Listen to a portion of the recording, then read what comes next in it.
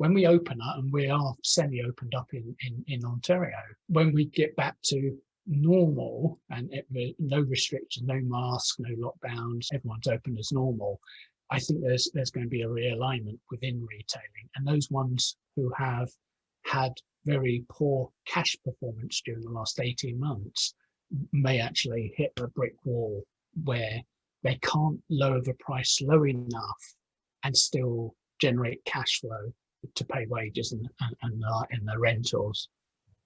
I think we've got a heck of a difficult time ahead of us within retail, because when the subsidies come off, both to companies and to individuals, we'll see just how devastating the impact of this pandemic has been to us as a society, and we'll have this massive flight to value. I talked about it in my group back in April last year, and we expected it to happen last year. It hasn't happened. Government subsidies have been very generous, but when they get called out and everything starts to unravel, I think we're going to find ourselves in a very difficult situation. And for retailers who haven't spent time on differentiating their proposition, they're just going to be faced with one thing: more cost reduction, more of a race to the bottom.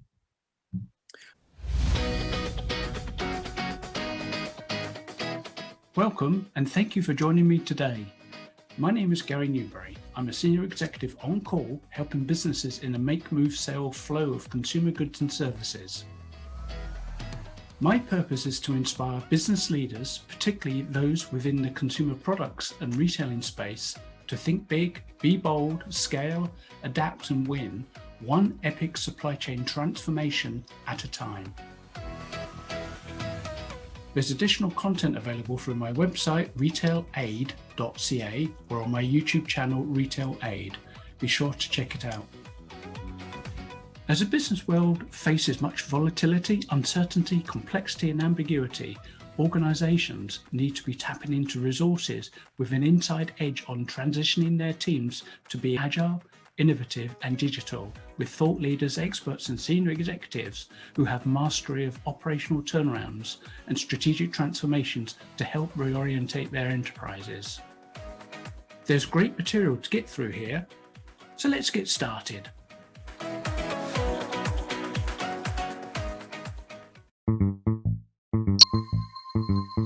Welcome to 20th Century Retail's podcast. I'm Vincent Panneels. Our topic today is retail supply chains, time to change. To tackle this subject, my guest is Gary Newbury.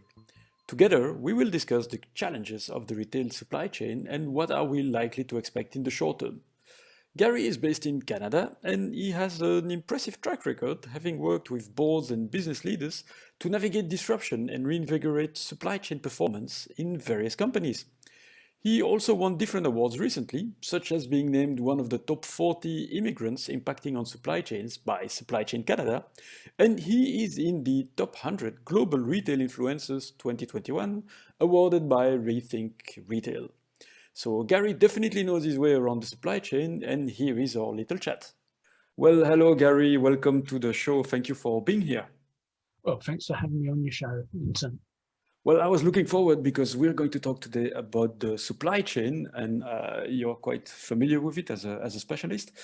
Maybe let's get our teeth right into it with a big question. Perhaps you can tell us what are the main issues that retailers are facing today with the supply chain in general? Yeah, I think firstly we need to understand what the supply chain is, and it's that whole series of activities, tasks, processes, which move a product typically from one place all the way through to another place. And typically within a retailer, it's receiving it from the manufacturer, CPG, FMCG, through its distribution network, puts it out to stores, and then the customer comes into the store, collects it, or it gets sent out by a courier to do a porch delivery. So that's broadly the supply chain. Within a retail, it can be quite fragmented as to how that's organized, but it's typically held in silos. The big problem with the supply chain is when it's working, nobody gives two hoots about it. It's when it doesn't work that everybody suddenly becomes an armchair supply chain expert, and they know exactly how it all fits together, and chances are they don't. So for retailers, in their pursuit of lowering costs so they can keep winning business based on typically on cost rather than differential benefit, they've found ways of reducing the overall cost of the supply chain of their operation, but particularly the supply chain. So they've found ways of finding sources of cheaper products. And the downside of that is that often it comes in big slugs. So normally, if you had a local supplier, you just say, just send us a pallet, please. And it comes over maybe the same day, next day. But when you're dealing with the Far East, it's, can you send me a few containers, please? And that's, given the pandemic and all the issues that we're facing, that's a big issue now, because we've had massive disruption. We've had disruption in terms of the marine transportation industry has found itself in the earliest parts of the pandemic, what we call blank sailings. So capacity to move things from one place to another was cut back then, when all of a sudden China switched back on and the boats were in the wrong place, and containers became the real big issue. So nobody could get hold of empty containers. And if you're in North America, you can bring the stuff over, finally get it into port and off the port, and you empty it, and they just take the empty container back and send it back to China because it pays them to do that. Whereas before we used to put stuff in it and take it back to China. So if you're using what we call geographically extended supply chains, you're in some difficulty right now, because you've got containers, pallet shortages, you've got shortages in terms of shipping capacity. You've got things called rollover, where you turn up at the port in China, go, hey, there you are. Is it, oh, sorry, can't fit on the boat this time. You'll have to wait another couple of weeks before we get another boat. And so there's a whole range of issues with trying to secure stock into your network so you can send it out to stores. So there's some tactical things, but strategically, the big thing is, for years and years, we've never really spent much time thinking about the supply chain. It works, it's fine, don't worry about it. Let's spend time on stores, store of future, omni-channel, all these great concepts. But it's actually the supply chain that delivers consumer value. Everything else is periphery as far as I'm concerned. Having stores is great, it brings customers in. But if the stock isn't there, you don't make a sale. Merchandising selects the assortment, the range, the selection that the customers can buy. But if the stock's not there, guess what? You don't succeed. So supply chain is a core part of retailing. But if you look at any retailer and how most retailers, sorry, there are clearly exceptions, but if you look at most retailers, they just don't get the whole picture about the supply chain until it breaks down, in which case it's a complete and utter disaster. All right. Well, that's a great answer, both strategical and objective point of view there. Now, I'm actually quite interested in your views on this point. Last year, we had this big disruption, as you just mentioned, but everybody started to think, oh, it's just a few weeks, maybe, perhaps. But now we see that it's actually dragging on. Do you think that retailers could have answered differently had they known that it would have been a much longer period of time that we were going to have to face this crisis? Yeah, as the pandemic broke and we were just about to go into lockdown, and I'm based in Ontario in Canada, the announcement was they announced some emergency measures. We switched from effectively democracy into sort of government control, and they announced a 2-week lockdown.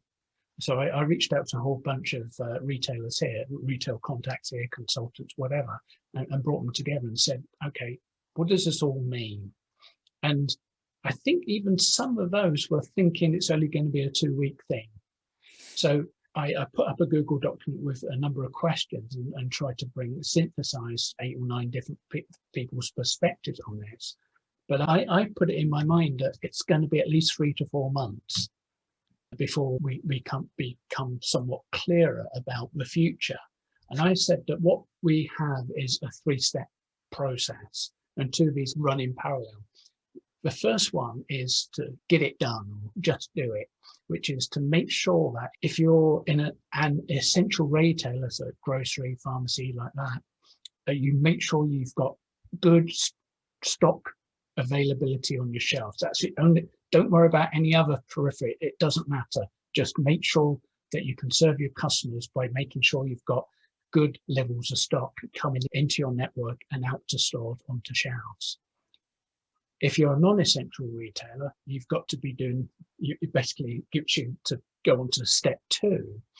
If you're in an essential retailer, you do the just do it, but also you join the work of the other retailers, which is to transform boldly and quickly, which means that there'll be people who are really very, very good at getting fires put out.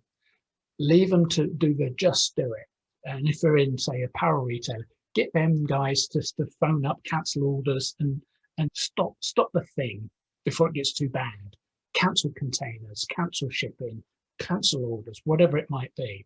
But we need to get our most clever people in a room together and just work out all these different parts of our technology, our processes, our architecture, maybe thinking about our culture, structure, and our KPIs, bring them together and say, we've got to finish off our digital transformation. We have started it, or maybe we didn't even start it, but we definitely need to finish it, because we've got 3 to 4 months to get a plan up, a roadmap, and to develop some capabilities, which we don't know what journey our consumers are going to be on through this period of time, but we have to establish some capabilities that we can adapt and then keep meeting our consumers' emerging requirements. And the third stage would be to discard the old and live with the new. I didn't see too much evidence of that. Okay.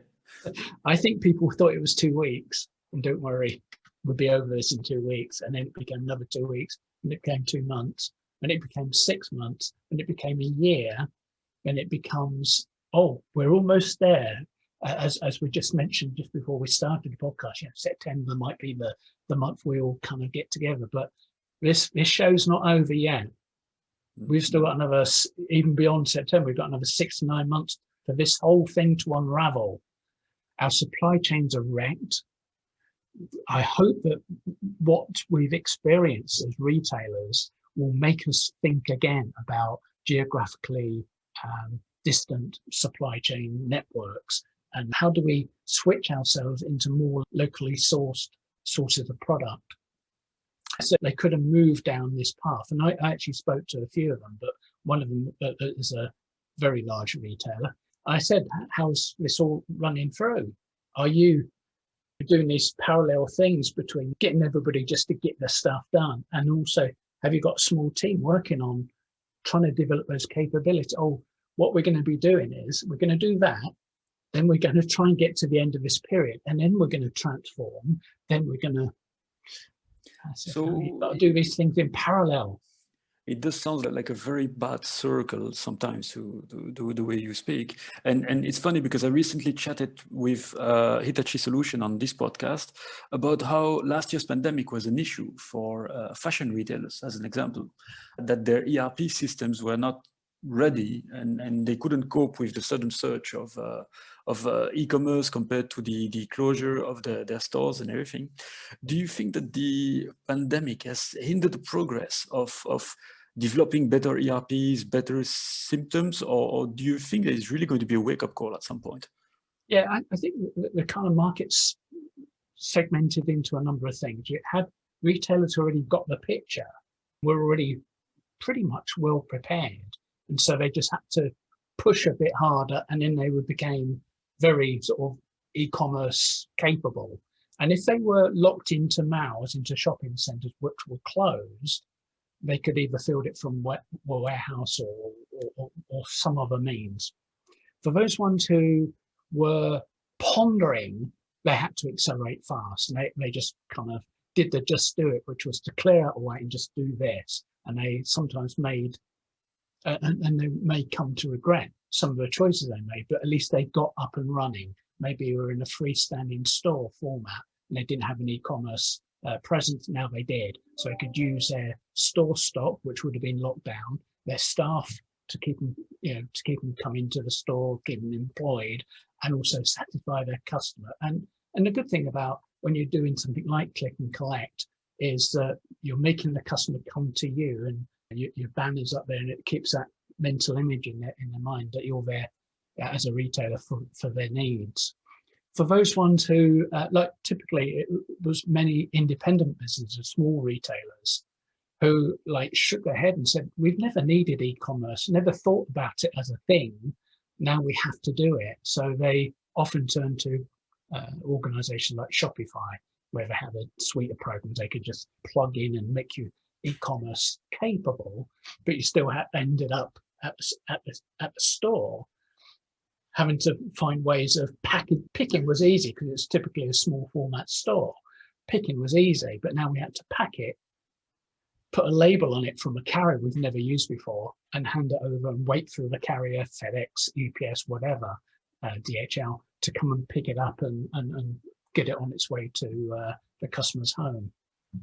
So I think the pandemic certainly pushed a number of retailers into the e-commerce age. If they haven't been in it before, they're in it because their revenue went to zero very quickly. Well, that was actually going to be my next questions, in a way that it's a good thing that it kind of woke up certain retailers to push them towards e-commerce. And we mentioned all the issues on strategical point of view and others that they didn't think of it sometimes, or on tactical side either. Are there retailers that actually did well? Do you have any great example in your mind, without maybe going through too much details, but of the ones who actually reacted accordingly and as they should have with the pandemic and the disruption? Yeah. I think companies like Target in the US, you may not be familiar with, they had already started to move towards a store-based fulfillment thing. They'd invested in Ship, which was effectively an equivalent to Instacart, where the shoppers would come in.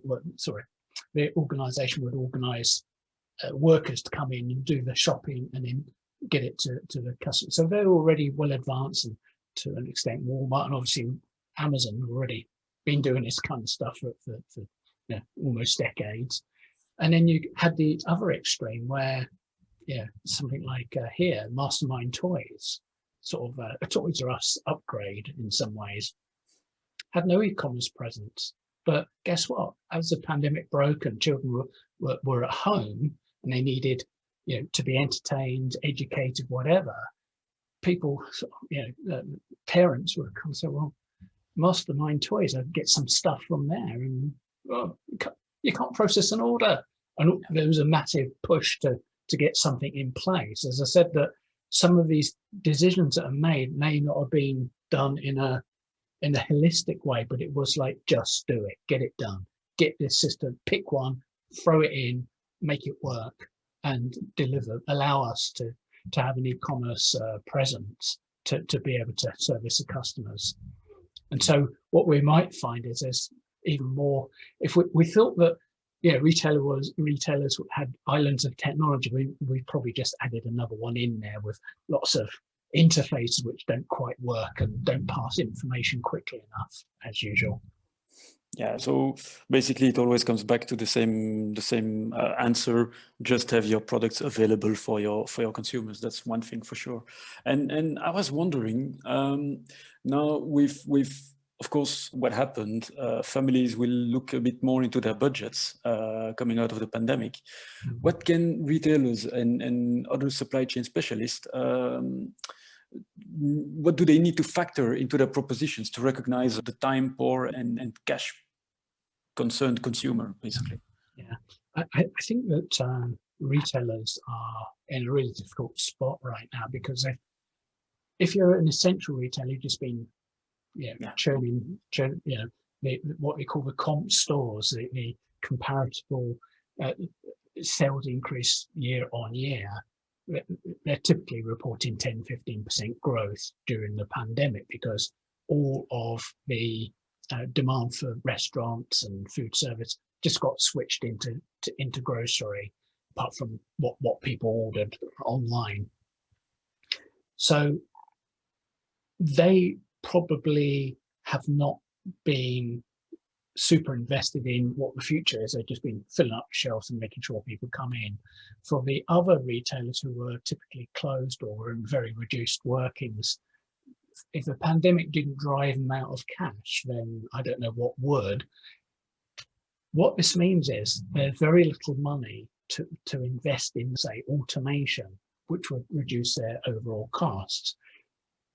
Many retailers have been working in a world of the only thing to differentiate us from the other guys is price.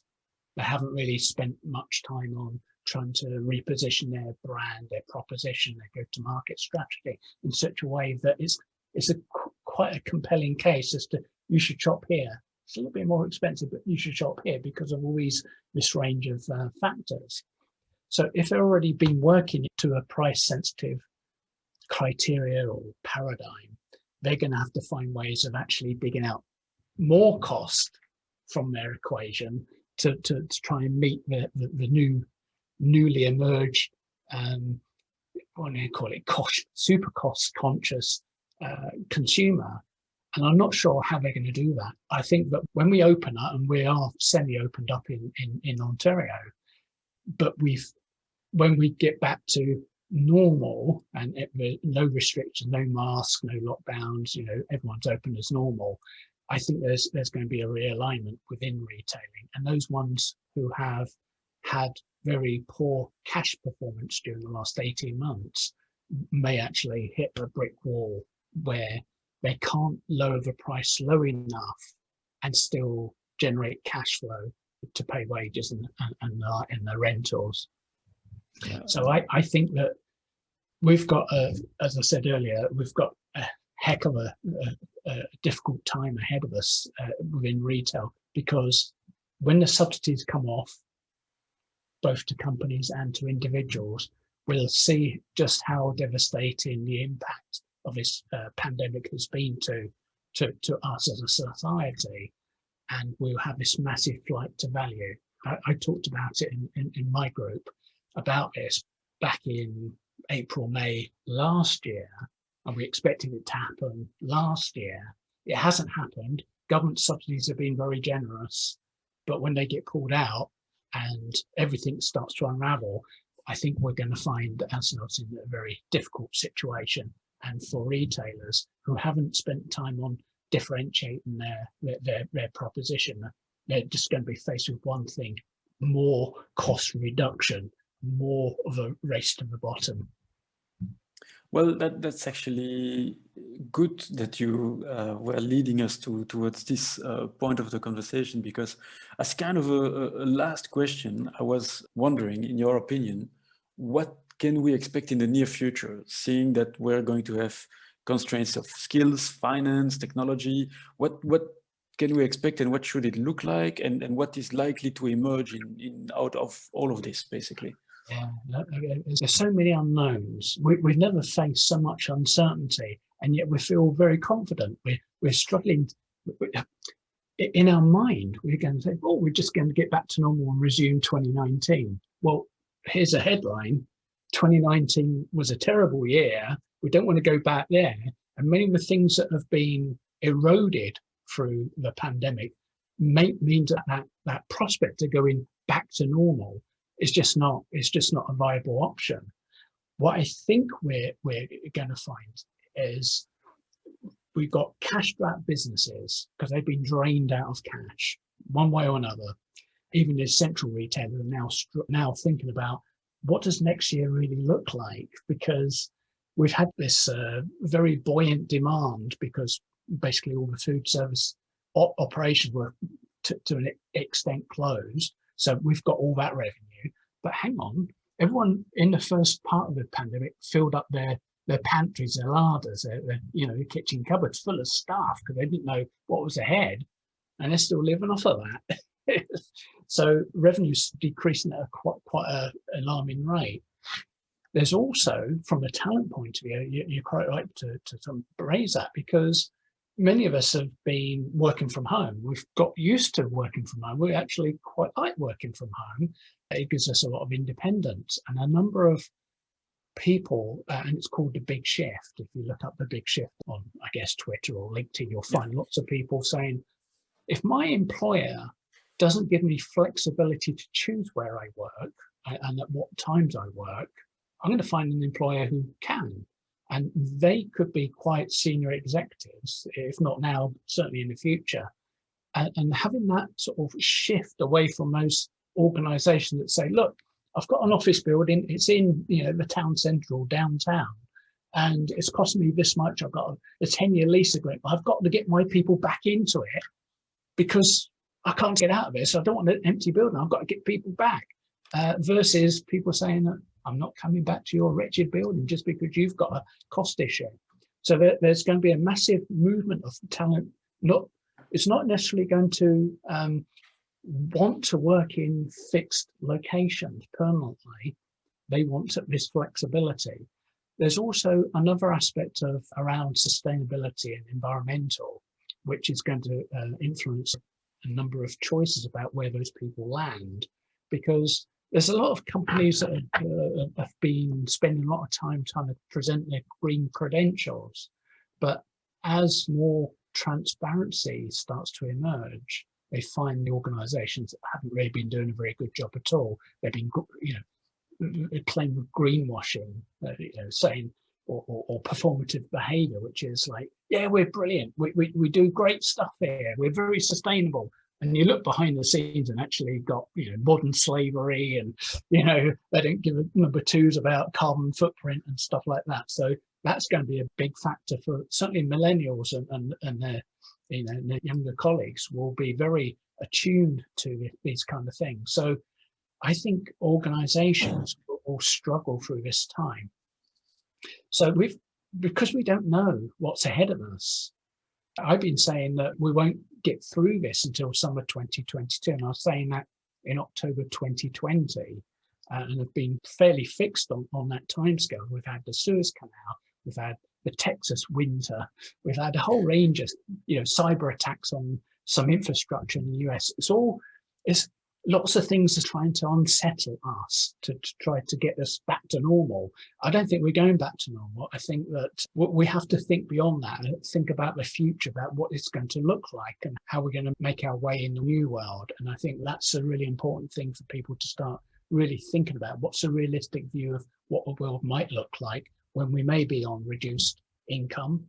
We may have huge debt to repay personally, corporately, and at country and government level, because nobody closes down an economy for 12, 18 months and says, oh, it's all right, we're all over it, guys, let's get on. Yeah, it doesn't work like that. Life isn't like that. That is for sure. And indeed, we can expect that basically we're not coming back to the old days, and the new normal, as people call it, will definitely not look like the old normal. Yeah. Gary, I want to thank you because it's been a fantastic conversation. We could talk about this all day, and I'm pretty sure that we're going to come back to this and perhaps have you back on the show in the near future. But as we always try to keep it in a certain time frame, I'm afraid we're going to have to say goodbye to each other today. And again, thanks a lot for your time. Well, thanks for having me along. Thanks, Vincent. To the next. That was a very interesting chat, and I hope that you guys enjoyed it. For those who want to hear a bit more, Gary has his own podcast. You can find it easily on his channel called The Business of Retail. I actually placed the link on my website as well, as usual. And as usual, if you want to get in touch, don't hesitate to write an email. I also invite you to check out the website 20centretail.com for more retail stories, and join us next week for a new episode. In the meantime, thank you for listening. Thank you for listening today. I hope the information has been valuable for you and your team. You can connect with me via the website retail.ca and go to the contact page, or via LinkedIn by typing linkedin.com/in/last-mile. Look forward to hearing from you and playing an active part with your supply chain and your business's transformation as you start to act boldly, Think big, scale, adapt, and win.